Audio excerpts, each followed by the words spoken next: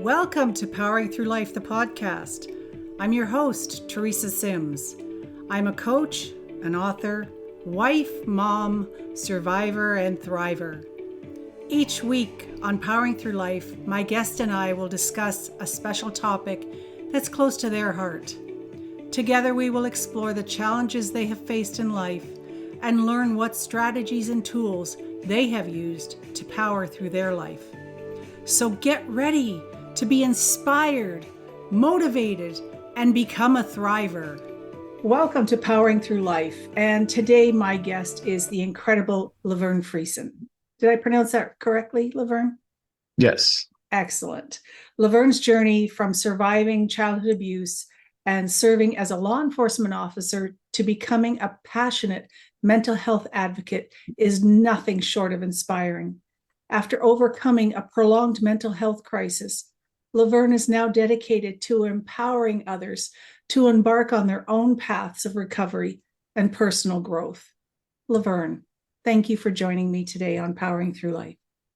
Thank you for having me, Teresa. Oh, absolutely. I think this is going to be a really fantastic interview because your topic touches my heart, and I know it's going to have an impact on the listeners. And your topic today is your prolonged mental health crisis and the lessons that you learned from it.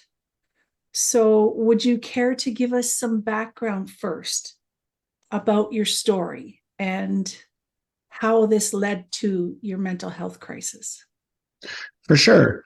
So I was raised on a farm in northern Alberta, very remote, and I had a very abusive parent.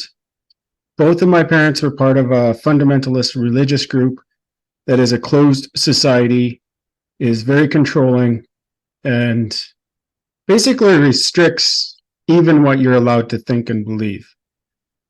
And so growing up in that type of environment, I soon learned that my opinion, my thoughts, and my feelings, not only they didn't matter, but it was safest for me to suppress them. I learned that if I was just a regular child with emotions and expressed them, I was often beaten or punished in some other way. And so I learned very early on to suppress my emotions and my feelings. I learned that it was just best to stay quiet. Somehow I learned that suppressing my emotions meant strength. During that time, I was also sexually abused, and the church knew about it. Everybody in the community knew that there was this prolific offender that was abusing young boys that were my age at the time, and nothing was ever done about it. And after I was abused, then I informed my parents about it, and they said the church will deal with it. We always let the church deal with it. Needless to say, the church never did deal with it, and I experienced a very deep abandonment wound when I was brought back to the same location and victimized again. And I didn't realize it, but that abandonment wound would surface later in my life and was actually, I think it's safe to say that my prolonged mental health crisis came from that abandonment wound resurfacing. Yeah, that's an incredible story. I mean, how old were you at the first time that the assaults happened? I was 9 years old. Nine. But it was already kind of set up because I was already receiving very violent punishments at home, often for things that I didn't do well before then. So the abuse and the violence started from a very, very young age then. Yes. And in hindsight, I can think of emotional abuse as some of my earliest memories, how I was subject to, emotional abuse that maybe some of my siblings weren't subject to as well. And I'm the fourth of 9 children, and I was often the target of punishment, even punishment for some of my siblings. I received that for some of my siblings. Do you have any idea why that would be? Well, the only theory I have is, and this took me 40 years to figure out, was I'm a very empathic person. And sometimes that good nature, or that pure empathy nature in a child, the innocence, instills rage in a parent because it subconsciously or consciously brings up emotions and feelings, deep feelings they may have for themselves or shame for themselves. And then they have to project that back onto the child that's stirring those emotions up. So basically, just me being me was inciting rage in one of my parents. It was my mom. And yeah, just for being me. That's thank you for sharing that. I mean, that can't be an easy thing to share and to come to terms with. But it is so true when there's the purity and the pure light of a child who just has, goodness and wholeness, which all children do. But sometimes there's that special quality that just shines through more so than any others. Like you say, it can trigger the adult because maybe the adult is, or the parent has, jealousy tendencies. Maybe they want to be that way and they don't know how, or they can't, or whatever the case may be. But that is no excuse, obviously, for, what you experienced and for taking anything out on a child at that point in life at all, actually. Laverne, what's the most profound lesson that you learned through all of this journey that you went through as a child? So I discovered gratitude, and there's gratitude for, you can find gratitude in everything. And I used to hear that, and I'm like, no, you can't. Like, I can, I kind of knew why people were saying that, but I didn't believe it. After my prolonged mental health crisis, which was almost 2 years long, I finally started seeing a psychologist, and we started doing EMDR therapy, which is eye movement desensitization and reprocessing, which is basically reprogramming traumatic events. And when we started the session, she asked me what was bothering me the most. And I told her, and then she told me to feel the sensation in my body when I thought about it. And I did. And then she told me to remember the first time I'd ever felt that sensation. And it was instantaneous. I knew instantly that it was when I was sexually abused for the second time and I experienced that very deep abandonment wound. And I could remember the fear that I experienced as a 9-year-old boy leading up to that event. And so we did the whole session, the EMDR process. And at the end of the process, she asked me, what is something good that came out of that? And the answer was on the tip of my tongue immediately. And I was a better parent because of it. And at that time in my life, that was the most important thing to me, was to be the best parent I could be. And so when I took the single most traumatic event in my life and found gratitude for it, that was profound. That changed my life, because then I could look at other events in my life, and it was really easier to find gratitude for those events and turn them into learning experiences or, opportunities for growth. And so that is the most profound lesson that I've learned. I can imagine. Now, for those of the listeners that don't understand what an abandonment wound is, can you explain that?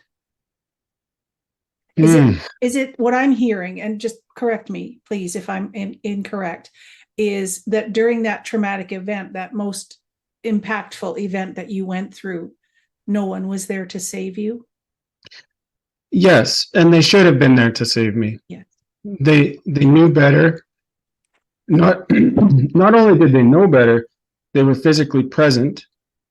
And the situation was, they were there in the same building and said, why don't you guys go over here? And as I'm walking away, I'm looking back thinking, hey, you guys know what's going to happen. Please help me. And I was crippled with fear, but I didn't say anything. I was just thinking that. And so when someone should save you, they know better. There's different levels to it. And yeah, that abandonment has extended, and as much healing as I've done, it still extends into my life in some degree. Yeah, I can totally imagine, and I can understand that myself, based on my story and situation. What what occurred to take you down the path after the traumatic events? What occurred to take you down the path of the mental health crisis? So I grew up, so all of that those childhood experiences combined made me feel like I wasn't worthy, even though it wasn't always conscious. Sometimes it was. And I wanted to help people. And I had often, as a child, saved myself from punishment by being helpful, being very helpful to others. And so that drove a need or a desire to help people. And I wanted to help people in a career. I went into a career in law enforcement. I was working on a highway patrol unit. And in addition to that, I joined the volunteer fire department. And at that time, I thought it was because I wanted the action and I wanted excitement, which is partially true. I enjoyed the high adrenaline events, but I was also getting my value and my worth from how much I could help other people. And so I started burning out. I was in both positions for about 5 years, and I was starting to burn out, but I didn't realize why I was burning out. And I thought it was because I couldn't get a transfer through my work. And I was offered a new opportunity in the oil field industry in Northern Canada, even further north than I was in Alberta. And I took that opportunity. During that time, my now ex-wife and I were engaged. She got pregnant. We had our first daughter, or our first child, while I was working up north. And she got pregnant again. So I had promised her that I would return home every night by the time our second child was born. And so I got a job back in law enforcement in a city near where I grew up. And I thought I was living the dream. I had everything going for me. I had checked all the boxes that society asks us to check. I was married. I had a young family, a nice house in a new neighborhood. I had a good job, and I was in the best physical shape of my life. And it's interesting to me because during that time frame, I often wondered if I had dealt with my trauma enough. And I say enough because I thought I had dealt with some of it, but I hadn't really dealt with any of it. I had found forgiveness for the person who abused me, because over the years I'd recognized that he was a product of his own upbringing and his own experiences. And so he died early when he was young. And I actually felt sad for him because it was a life taken too soon. But that was the extent of what I'd done. I still had physiological reactions if I would talk about my mom and what she had done. And, I'm almost 40, or I was almost 40, and I would still get quite upset just thinking about some of the stuff she'd done. So I believe that might have been a premonition, telling me something big is coming. But society has conditioned us that if you have all these check marks, you should be happy. And so I thought I was happy. Well, I wondered if there was more to life, but I beat myself up for not being happier because I was checking the boxes. Yeah. In early 2017, I was involved in an incident with a very irrational individual, and he posted a picture of me to social media and filled the comments with veiled threats towards me. And I was pretty upset about that. But the worst part about it is I had seen his driver's license and I knew where he lived. He lived just right around the corner from me. And that really affected me. I started having anxiety about it. unbeknownst to me, I'd lived with anxiety my whole life. I just thought it was normal. But my childhood had created anxiety in me very early on because I was not in a stable, safe environment. And I saw this man a week after the incident, and I experienced my first anxiety attack. And he never even saw me, and I was on duty and in uniform. And so I knew something was up, but I did what I'd always done, and I let time erode the emotional charge from the event, believing that it had healed me. Then about 3 weeks later, I started a role where I was having the most fun that I'd ever had at work, and I was loving life. And then about a month after that, I was plucked from that position. I was assigned a task that I didn't think I could complete. I didn't think I was qualified for it. But to add extra pressure, my management team told me that I was the only one that could do it. I was the only one in our office that could complete it properly. And so I was stressing out. And to add to this now, so there's the event, I get the anxiety. The threats don't meet the threshold for charges, but I was trying to convince my department to get the city lawyer involved to tell this guy to back off, which they didn't, which now I realized was a little more salt in the wound of that abandonment wound. Then when I was pulled from the best job I'd ever had, the best role, that was more abandonment in a sense. And then being placed in this role where I didn't feel like I could complete it. And then throughout the summer months, I didn't feel like I was getting the support that I needed. And so I felt more abandoned. And my childhood abandonment wound was definitely starting to surface. I was the type of person that got my validation from how much I could do for everyone else. So I'm at work in a project that I don't think I can do, and I'm giving everything of myself and feeling like I'm not succeeding. And so that's very damaging to that psyche. But then I'm going home and I'm giving everything of myself to be the best dad and the husband I can be. And I'm expending all of my energy and I'm not taking care of myself in any way. And that includes my self-talk because I was beating myself up constantly. So over the summer months, I began to get irritable, and then I began to get angry, and then I started experiencing rage at small perceived indiscretions. And it would take a day or two for me to come down from these. Sometimes I would be so angry, so rageful. So my ex-wife started trying to talk me into seeing a therapist, but the stigma around mental health was so strong that it took her 2 months just to get me in to see one. And really, you can go see a therapist and nobody needs to know about it. But that's how strong the stigma was. Within 5 minutes of walking into her office, she told me I needed a break from work.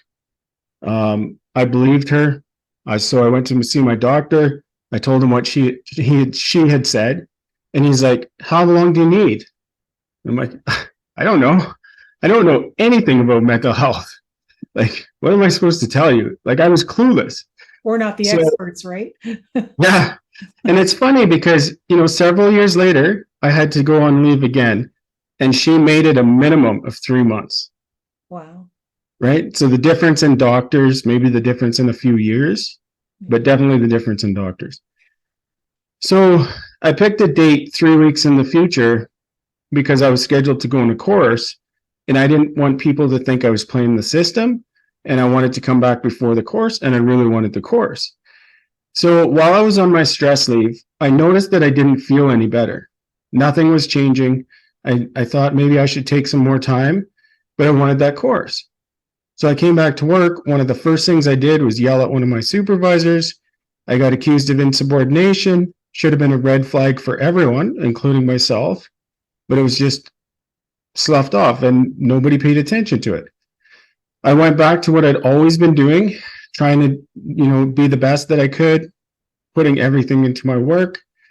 Within a month or two, our shifts got shuffled around, and my shift ended up without a supervisor. And I was told, well, we're not going to fill that spot, but you're the de facto leader anyway. So look at me. Now I got to prove even more. More pressure. Yes. Yep. So there I was trying to be the best supervisor I could be to show everyone how good I could be so they'd promote me. So in Alberta, there's a program called the Selective Traffic Enforcement Program. And it basically dictates what enforcement agencies focus their priorities for on each month in traffic enforcement. So for February, that's distracted driving. And I had seen a lot of the consequences from distracted driving. So I rallied my troops or the shift to focus on that for the month because I wanted to show how good of a leader I was. And so any extra time we had, that's what we were out doing. And about halfway through the month, I began to feel off. I felt like something was wrong and I couldn't put my finger on it, but I felt different. And I also felt that everyone I dealt with was really abrasive. And so I changed the focus for me just to make it through the month. So on March 1st, when March 1st finally came around, I was done. I was apathetic. I had no energy left. I was completely done. And my work days consisted of me driving around and drinking coffee. I didn't care about anything at work anymore. And often I would just park in a parking lot somewhere and just sit for hours, playing on my phone, staring out mindlessly out the window. And it was very soon after that, it became hard for me to sleep out on nights before work. I was taking up to 5 times the recommended dose of a sleep aid, and the most I could get out of that was 2 hours of sleep. I would either fall asleep and sleep for about 2 hours before I would wake up, or at some point during the night, I would fall asleep and either fall asleep for up to 2 hours before my alarm went off, or 2 hours and then wake up again. So what I started doing was laying in bed, ruminating about how horrible my life was. And pretty soon, my world seemed to close in around me. It felt like I was being trapped in this dark tunnel with no light, no end in sight. And the natural progression to feeling hopeless is suicidal thoughts. So I would lay in bed, I would ruminate about how horrible my life was, and then I would start planning my demise. And I knew exactly what was going to happen. I walked myself through it very many times, several times a night sometimes. And it was a very bad place to be. During that time, though, I had worked with people who were peer supporters, and they had always said, if you ever need help, just reach out. And the closest I came was starting to type out a text message at 3 a.m. And then I deleted it because the stigma was so overpowering. I knew, or I believed, that I would be treated as weak, perceived as weak, and I was terrified of that. In hindsight, I know that the person I was texting or about to text would have helped me and would understand. But in that moment, I didn't trust him. And I believe the reason for that is because I had never heard his story, what he had been through, and so I didn't trust him. My saving grace was my then 3-year-old daughter. Every night, she started waking up and coming to my bed, and she would cuddle in beside me, and she would tuck her little head right into my armpit, and she would fall back asleep. And so as I was laying there thinking about how horrible my life was, I would feel her beside me, I would hear her breathing, and I knew that I had to fight on, but I didn't know how. And so I lied to myself. I told myself I wasn't suicidal, that everything would get better in the morning. It never did. There were just more distractions. And I kept fighting. I just kept trying to go through, and I didn't know how. In desperation, I went to one person in my life who I thought would help me, and could help me, they would understand. And I explained to them what was happening, but my message wasn't received. So I beat myself up because I had that shame. I felt like I was broken. And I blamed myself for not being able to relay the message of how bad it was. A few days later, I went back to them again and I made it very clear how bad it was in my life. And they looked at me, they looked me in the eye, they said, I know. And then they walked out of the room. And that's a level of despair that nobody should have to feel. Yeah. So I didn't know what to do. I just kept taking the next step. A couple of weeks later, I had been approved for an instructor's course several months earlier, and I went on an instructor course to Colorado. And I should have been having the time of my life, but about halfway through the course, I started dreading coming back to work. And it's that depression and that anxiety. You just can't live in the moment, and you're just overwhelmed by it, even when you're having the time of your life. Like I was having fun, but I wasn't really enjoying it because I was dreading. I had the depression and the anxiety. When I came back, within a week or two, I encountered a firefighter that I had known throughout my career, and we had kept kind of just meeting each other in random places. And I had a conversation with him for about 2 hours. And just having that conversation somehow gave me a little bit of hope for my life. And I began looking forward a little more. And I had been seeing that first therapist this whole time, but I don't believe she understood first responders. And because I was lying to myself and self-stigmatizing, she couldn't help me because she wasn't getting the truth. And so she had told me that all I needed was for me to find a different job, to get out of the workplace. And so within a month or two of me getting back from Colorado, agency near me posted a position. I applied for it and I got it. And during the whole process, I was terrified that they would see through my facade and see that I was broken and not hire me. And I think it shows how high functioning we can be when we're in those bad places. So I started the new job. I thought everything would get better. I was under less stress, but I still felt off. Like something still felt weird to me and I couldn't place it. Within 2 months of starting that job, I went on a backcountry mountain trip, way out in the mountains in northern BC. You know, I think we were 16 kilometers off the Alaska highway, no people around. And I thought that would reset me and fix me, but it didn't. I just spent the whole time worrying about bear attacks. And so I couldn't even have fun in my happy place. So on October 30th, 2018, I was the first on scene to a multiple vehicle collision. I got out of my patrol vehicle. I was approached by a couple with 2 young children. They were crying, but they weren't physically injured. But as soon as I saw them, I got a lump in my throat and I couldn't speak because I thought I would cry. And my mind started racing. And I managed to mumble something to them. And to this day, I have no idea what I told them, but they seemed okay with it.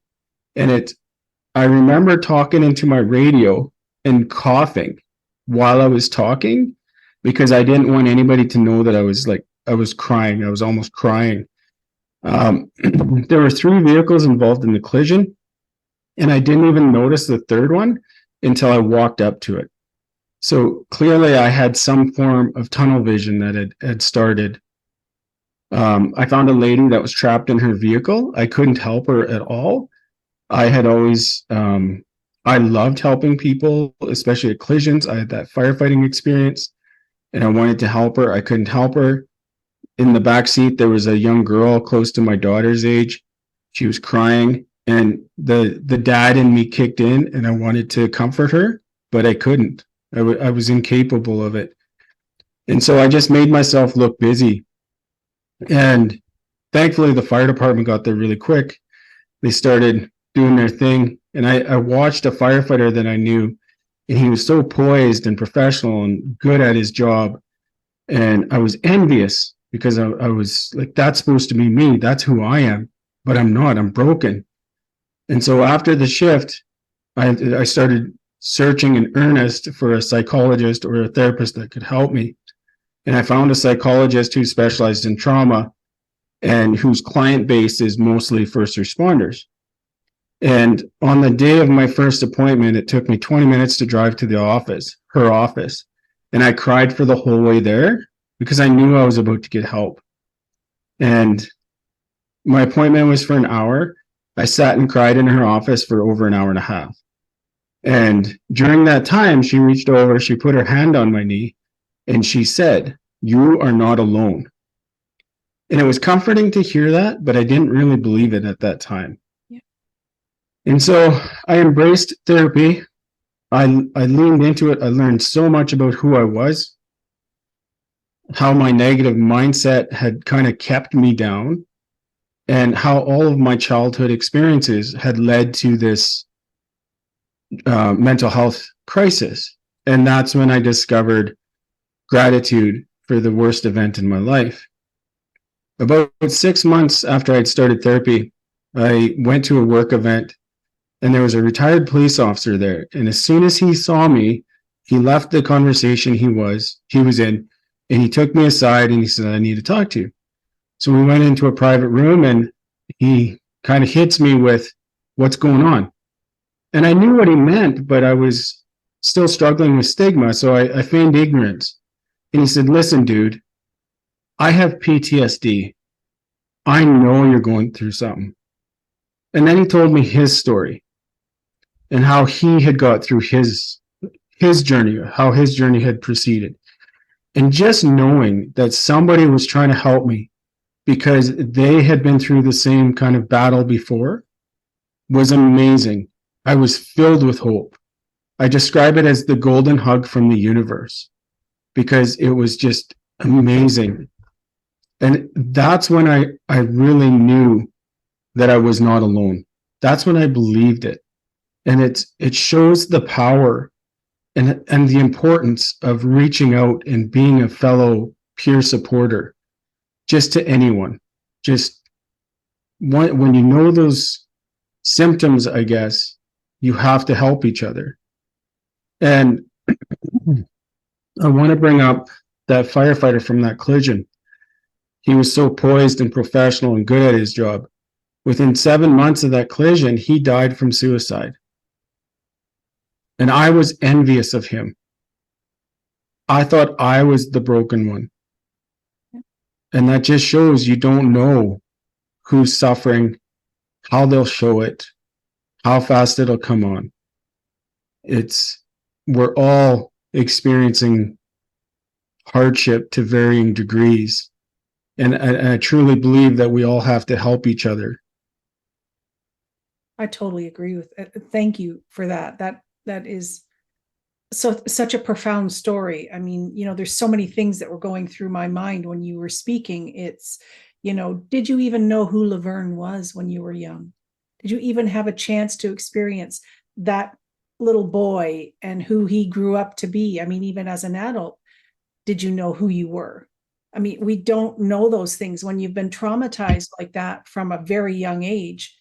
It totally affects who you grow into, how you grow, what you take on. I mean, your physiology changes when you've experienced violence like that at a young age. Mm-hmm. And then I got thinking, you talked about the adrenaline of going into the law enforcement and firefighting fields. Well, that triggered something in me to say, okay, you had the adrenaline from the abuse and the violence, the fight or flight syndrome. Did you go into law enforcement and firefighting because you needed that adrenaline? You needed that fix to keep you alive and get you feeling something. Does that make sense to you, Laverne?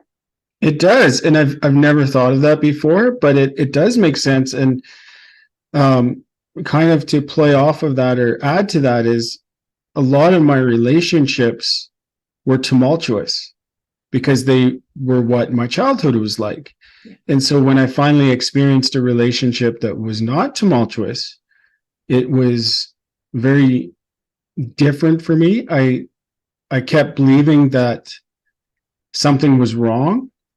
I, you know, you're expecting the other shoe to drop all the time because you're like, she's going to blow up on me one day, or, you know, she's just faking that she loves me. Right. And even if we so, really do know what love means, because when you're tainted, I'm sorry to use that word, but I have the same experience. When you're tainted like that as a young child, you absolutely have no clue what love is, what real love is. no. And it's something you need to learn. And it is possible to learn. But in your relationships, and I've been the same way in my young life, did you sabotage those relationships because you were expecting that other shoe to drop? You shouldn't deserve this happiness. You don't deserve it. You keep telling yourself that, and you do steps in order to break it down and say, see, I'm validated. Yeah. Almost, right? So much so. And one of the hardest things for me was the discernment of when, or to realize that that might be something I was doing, and what I was going to bring up in the relationship is to discern whether I should just stay quiet or whether it was a legitimate issue that needed to be dealt with. Because I knew, and I started to see that where I was, you know, maybe picking fights because I needed the tumultuousness of the relationship and the big emotions. But as I healed myself, I learned to be calm within myself and be safe within myself. So then I could become safe or feel safe in calm relationships. Yeah. And it's that feeling safe with other people that is, for me, was one of the biggest lessons. And also to trust other people, because when you come from a background like that, trust doesn't exist. It's not a word. It wasn't a word in my vocabulary. And, it's a difficult thing to learn. It can be learned, but it's very difficult. But, once you have it, and then you bring it into your relationships, it's amazing how transformative it can be, not just for you, but for the other person as well. And I mean, that other person wouldn't have been there had they not loved you. So yeah, it's just self-belief, right? 100%. It's that self-belief and that trust in yourself to even make a good decision in a partner. And then everything that you do outside of yourself has to happen within yourself first. And so it would, like you say, the trust, you have to learn to trust yourself first before you can trust anyone else. One of the hardest things for me, though, even to this day, is because I'm so hypersensitive about evaluating people, I guess, and seeing who they truly are and my experiences. I can often see, manipulators a lot faster than other people can. But a lot of the time, or sometimes, I apply maybe innocent behavior to an innocent person and have that tendency to write them off as an unsafe person. And so that has been the struggle of trusting myself, trusting my abilities, but also realizing that I have this hyper focus at times to look for the bad in people. Yeah. And I think that's a learned behavior from childhood, right? I mean, yeah, I'm exactly the same way. You really examine people. You're very observant. You're very in tune, because you need to know when you go into a situation, is this going to help me? Is this going to harm me? Am I safe? Can I trust this person? What's going to come out of this? Those things go through your head without you even knowing it. And it can be very destructive. Yes. It's not a good way to be, but I can understand it from the experiences you've had. And, you've come through it exceptionally well.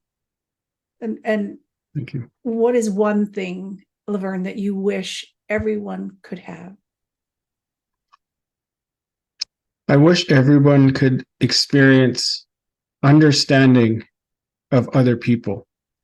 Because when you understand that someone or everyone is dealing with their own baggage and their own childhoods, whether they realize it or not, you can start loving, or you can start having empathy for people. You can start loving people more. But first of all, understanding of yourself, understanding how your childhood has affected you. And then when you develop that understanding, you can start having that empathy for yourself, and then you can love yourself. And I think understanding is so key. And when you understand, you can forgive as well. And you can forgive other people, and you can forgive yourself. And like I had mentioned earlier, I had forgiven the person who sexually abused me because I realized he was a product of his own upbringing. Only a few years ago, like long after his death, I discovered that he had been abused by at least 4 different members of the church that we grew up in. Wow. And 3 of them were leaders in the church. So it's no wonder the church never did anything about it. But someone like that, experiencing that magnitude of trauma, is only going to turn into what he did turn into. And so having that understanding for him, and I was able to forgive him, didn't do anything for him, because I never had the ability to tell him that, and he never asked for it. But it released all those toxic emotions within me, and it allowed me to start processing and allowed me to start healing. And so that forgiveness is about me. And I want to bring that up about my mom too, because I was 40 years old and I would still get angry and have a physiological reaction if I thought about some of the stuff she had done. And I started trying to understand where she was coming from and her own traumatic childhood. And I did a forgiveness exercise where I pictured her in front of me, pictured all of her trauma, asked for forgiveness, said sorry, all this stuff. And I was able to, at the age of 42, I let her touch me for the first time in years. But for the first time in my life, I didn't experience a reaction, an involuntary reaction when she touched me. Wow. And that was because I was able to forgive her. And since then, I've continued to work on it, and I can sit down with her and have a conversation with her and not be uncomfortable. No, she is never going to apologize for what she did for me. She has blamed me for being a difficult child. She would have been a better mom if she had been a difficult child. She's never going to say sorry. She's never going to acknowledge it. That forgiveness is all about me and me being happier and me being healthier. And that would not have happened if it wouldn't have started with that understanding. And so I just wish everybody could develop understanding for themselves and other people. And I think that would lead to such an amazing society. Totally agree with that. I mean, we do need to understand where the other person is coming from. We need to understand the other person's model of the world, how they show up in the world, how they present themselves. And, congratulations to you for doing that intense work, to be able to have your mother touch you without the fear or the panic or the reaction to happen. And, without, and allowing that, knowing that there was always that possibility that it could have turned the other way. Mm-hmm. That's trust right there. You trusted yourself to be able to do that and to allow that to happen. And congratulations. That was a massive step, I'm sure. Thank you. And it was.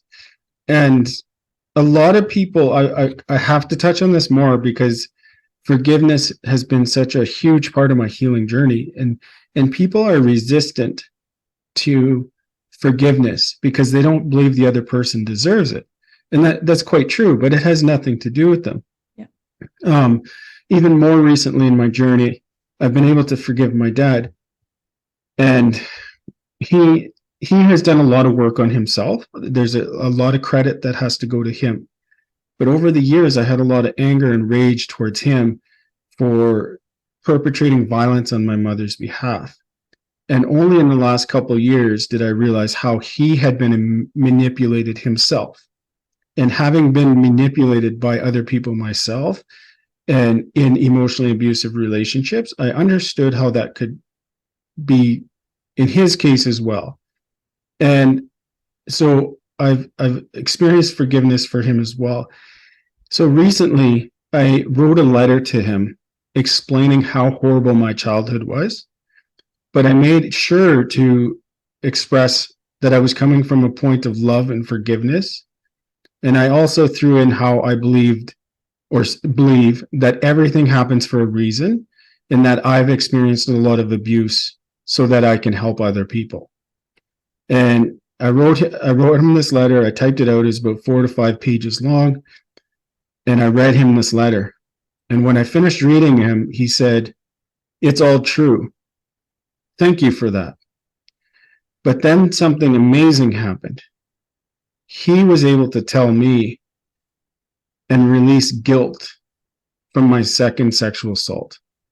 He had been hanging on to guilt for 35 years about that second sexual assault. And I can only imagine how hard that was for him. But by me finding forgiveness, I was able to unlock the door so he could release that guilt. Yeah. Because he knew that I forgiven him. And so since that, our relationship has blossomed. And, we had a really good relationship when I was very small, but we grew apart kind of very quickly, but trauma does that. Yeah. And so now at the age of 43, I was finally able to have a relationship with my dad again. And we have a very close relationship. And so that would not be possible without me doing the work on myself first. Absolutely. That's an incredible gift that you gave yourself and your dad, actually. And, you talk about forgiveness being for us more than anyone else. And you're absolutely right, because we hang on to stuff. And for example, a child is bullied. They grow up to, be 30 or 40 years old, and they still hold on to that pain and that anger at the child who bullied them.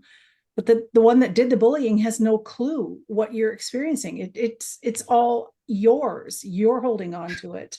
And, why are you hanging on to it? Forgive yourself for feeling that way. It doesn't matter if the other person forgives you or not. Yeah. Self-forgiveness is the biggest key here. It unlocks so many different things. And, you're talking about, I would see this as empathic work that you do. And I honestly have spoken to so many people that have this gift. And in a lot of cases I've experienced, the individual has gone through something really horrific in their childhood. And it's almost like a transition into being the empathic people that we need to be able to help and serve the world. And would you agree with that? 100%. And I have 2 comments I want to touch on real quick. When you're hanging on to someone that, the bullying from childhood, if you understood that the bully was probably a traumatized child at home, and expressing that bullying is a symptom of that trauma, then you can kind of like not necessarily feel sorry for them, but you definitely understand it. And I think it would help release some of that. I was never bullied. I was always the one fighting the bullies, and oftentimes they were much bigger than me. Yeah. I was always somewhat of an empath, I think. I was always very helpful, and in looking back, it's hard to kind of decipher sometimes which is the me that was always trying to be nice and genuine, but also trying to save my skin by being nice and genuine. But I remember looking in magazines and feeling sorry for people in, say, like the National Geographic. And so I think I kind of had this natural empathy tendencies anyway. But after going through the prolonged mental health crisis, most definitely 100% empathic. My emotions are much closer to the surface. I always cry just to release my emotions now, but I feel much deeper than I ever have before. But I also understand other people's struggles. And it going through that changed the way I worked in law enforcement completely. And I remember the first time it kind of showed up. I was working a night shift and I stopped a guy for an excessive speed out on a rural highway late at night. And while I'm talking to him at his vehicle, he's gathering his documents for me. I sensed that something was off, that I sensed he was having a hard time. And so I told him, I said, "Sir, forget that I'm in uniform. From one man to another man, are you okay?" And he just started crying because he wasn't okay. And he didn't know how to, I have no idea what he was doing that late at night. Who knows? But well, he was destined to meet me because nothing happens by accident. But, and I don't say that with any level of cockiness at all. But I was able to hold space for him and he was able to release those emotions. And then I was able to set him up with some resources in the community to help him if he wanted them. But being able to do that for people, that's where true service comes in. Because even a year earlier, 2 years earlier, I may have sensed that he was having a bad day. And so I might have given him a warning because I sensed he was having a bad day, but I would have given him a lecture about safety for sure. And so that would have done nothing for him. Right. Right. In the whole scheme of things, that would not have helped anything. And in fact, maybe if I would have given him a high price ticket, that might have made it worse. And actually, in his case, it would have because he was under tremendous financial strain. But just being able to, having the ability to help people and the understanding has been such a gift for me. Yeah, I totally believe that. I mean, the awareness and the ability to just see through the facade. It's not just seeing, you actually do feel it too, don't you? You get this energy flowing from the other person and you can tell what's going on. And I think we're very much alike on that note. Yeah. But, so if you had one message to leave to the listeners, what would it be? I have a two-part message. It's for people that are struggling or for people that might know someone or suspect someone in their life is struggling. And the first one is if you think someone might be struggling, just ask them. You don't have to have any wisdom. You don't have to know the right thing to say. You just have to hold space for them. Mm-hmm. That's it. Just give them a safe place to let them talk. For me, I screamed for help inside so much. I just wanted to be able to talk to someone. And once I went to my psychologist and I sat and cried for an hour and a half, I released all those toxic emotions. I was able to sleep again and I was able to start healing. And so just hold the space. You don't have to have any wise words. You don't have to know what to say. Hold the space. No judgment. Judgment-free zone. Yeah. Judgment-free zone. Yeah. Just safe place. The other part of that is if you are struggling, there is always a way out. There will be a way out. Someone will help you. Someone wants to help you. You just have to find them. And I had to try to find help a couple times before I got it. That might be the case. Just keep trying. Then just keep taking that next step. You will never regret finding help. And I have to share some personal examples from that. About 6 months after I started seeing my psychologist, my daughter was 5 and in kindergarten. And they had a class, or they had this thing where if a parent could come visit for the day.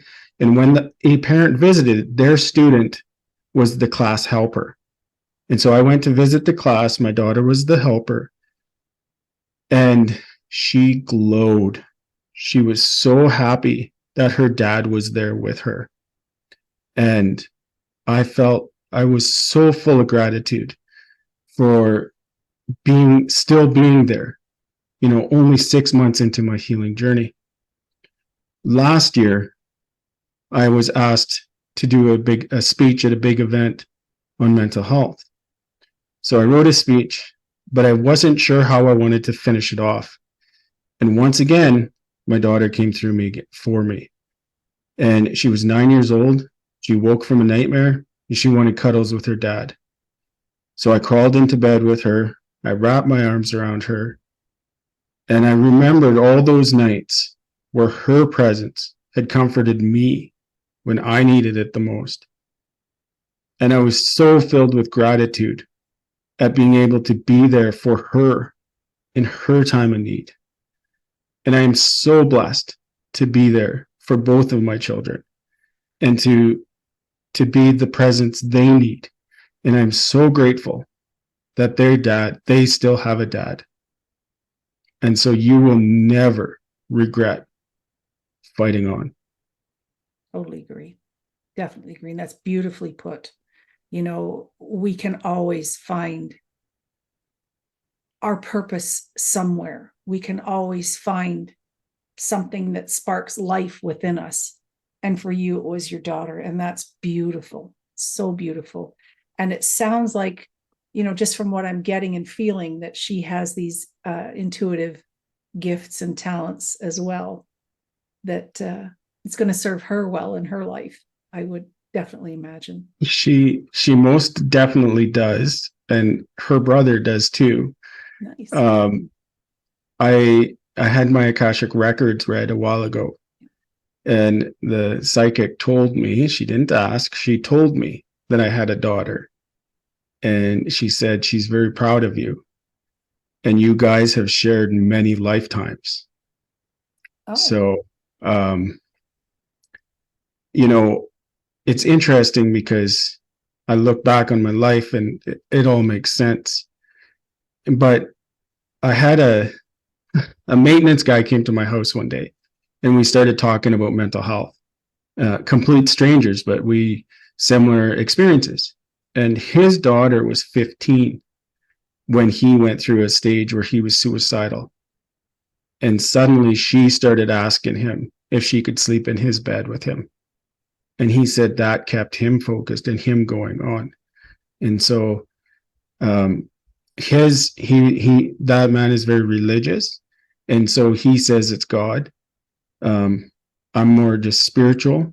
And so I don't know if it's, the universe or God or her soul recognizing a need in my soul. Whatever it is, it's amazing. Yes. And it's a gift.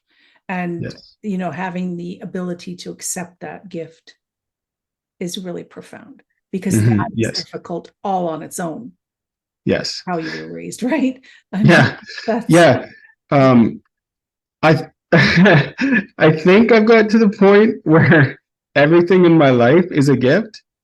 Every once in a while something comes up and I'm like, oh, your first human reaction is, why me?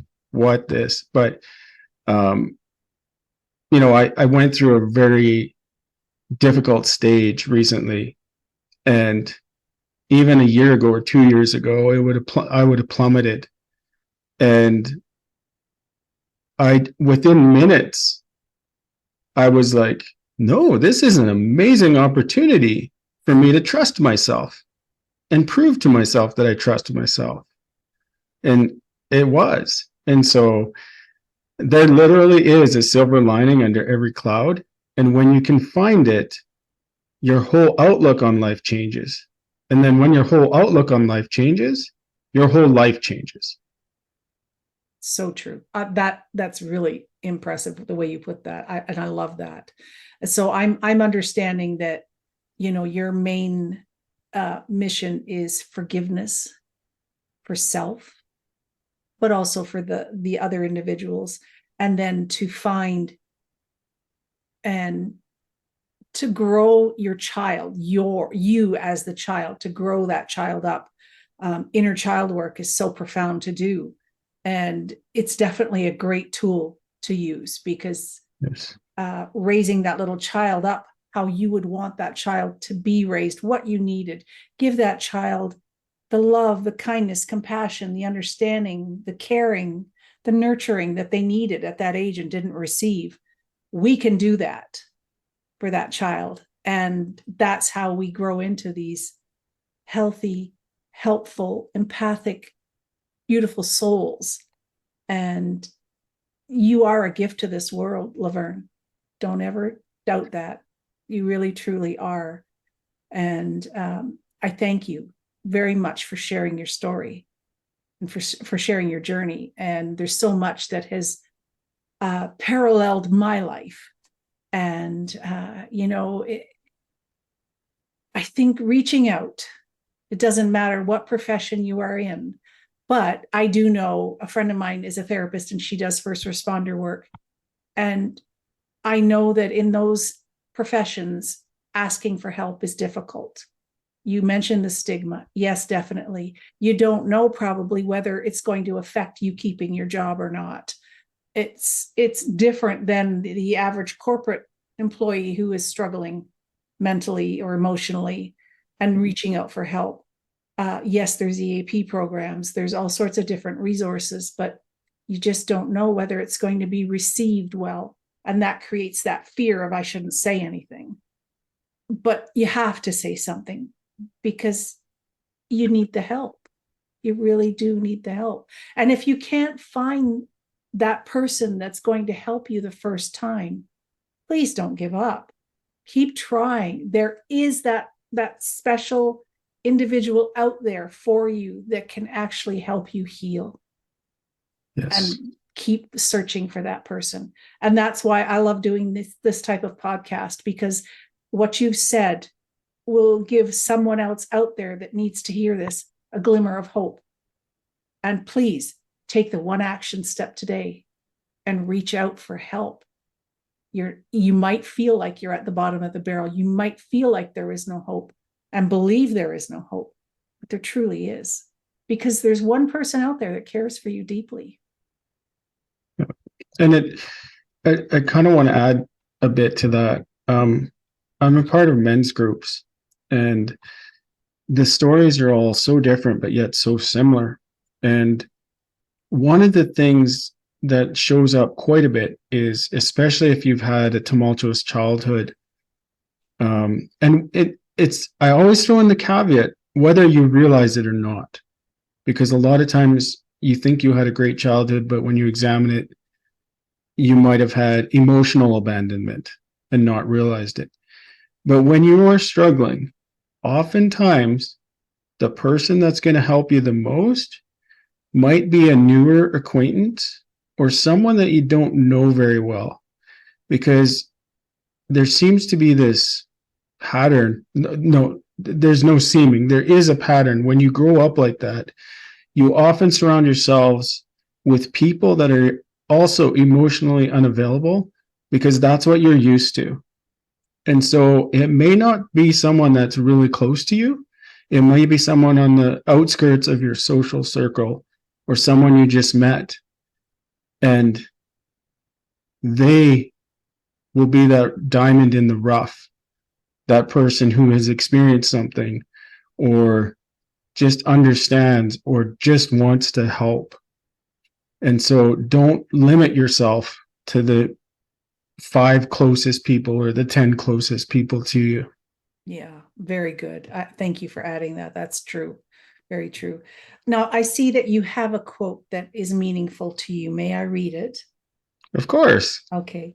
There is no growth in the comfort zone and no comfort in the growth zone. That's interesting. Want to elaborate on that one? Well, I have never grown when my life was the easiest. And I use the example of, if you sit on the couch watching TV, you're never going to grow. But if you go outside for a walk, even when it's cold or raining, you're going to be better, feel better in some way. But it also comes from finding gratitude in the worst times of my life, because that's growing, and growth takes work. And so I'm at the stage in my life now where I embrace uncomfortable situations, because I know that's the one that's probably best for me. So if I have two choices and one's really easy, that's not going to benefit me that much. But if one scares me a little bit, that's the one where I need to go into. And it's like going to the gym. If you're working out and it's comfortable, probably not going to do anything. Very good. Yeah, very true. I mean, if you're in comfort, there's no changing going to happen, and you need to be out and explore and put yourself out there, even though it's difficult. And you mentioned growth is hard work. It absolutely is, and that's sometimes why people pull away from it, because it is hard work, and it's uncomfortable, and it's nasty, and it's messy, and it's ugly, and it's not lovely at all. But it's so worth it in the end. The rewards are amazing. Absolutely. Absolutely. Laverne, thank you so much for sharing today. How can the listeners get in touch with you? They can look me up on my website, trueemotion.ca. I have a little newsletter that I pump out, talking about personal growth, actionable tips to help grow, become a better person, live happier. I'm on TikTok. I'm trying my hand at short form videos, at True Emotion Coach, at True Emotion Coach on Instagram, or Laverne Friesen on Facebook. Oh. And I am always eager to chat about personal growth, or help someone out who might be struggling a little bit, and just give them a glimmer of hope, if that's all it is. And that's the start, right? Is the little glimmer of hope. Doesn't matter how big it is, pinpoint worth of light in the darkness. That is the glimmer of hope.